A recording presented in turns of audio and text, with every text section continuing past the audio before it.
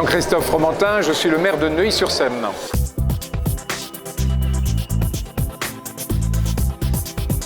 Cette journée, comme beaucoup de colloques sur ces sujets-là, sont extrêmement importants pour confronter des idées.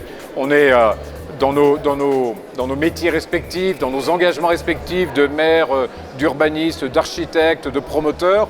On a des signaux, on capte des informations, les partager et échanger sur ces sujets est essentiel pour qu'on ait une vue large des enjeux et non pas une vue réduite à notre champ de vision.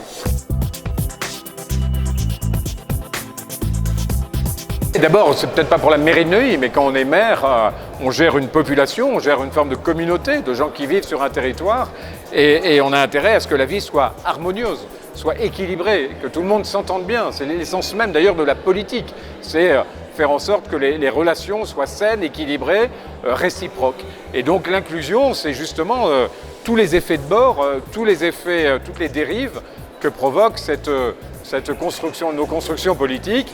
Et donc c'est une préoccupation permanente d'éviter de générer des exclusions et quand il y en a, de les réparer et de construire des modèles qui les prennent en compte définitivement.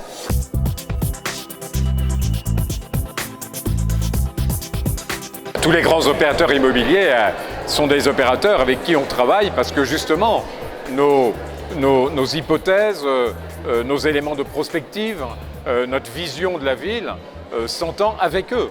Si chacun vivait dans son univers, si ICAD disait voilà ce que je veux faire dans telle ville, sans prendre en compte l'avis du maire, ou si le maire dit voilà ce que je veux, sans prendre les contingences économiques que doit porter un promoteur immobilier, on n'y arriverait pas.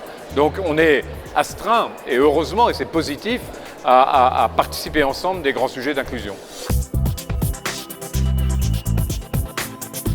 L'inclusion, elle porte forcément par l'innovation, parce que la palette d'outils nécessaires pour réduire des fractures, elle appelle la modernité, elle appelle des outils technologiques, des outils d'urbanisme, des outils économiques, des outils sociaux qui soient les plus adaptés, donc les plus innovants.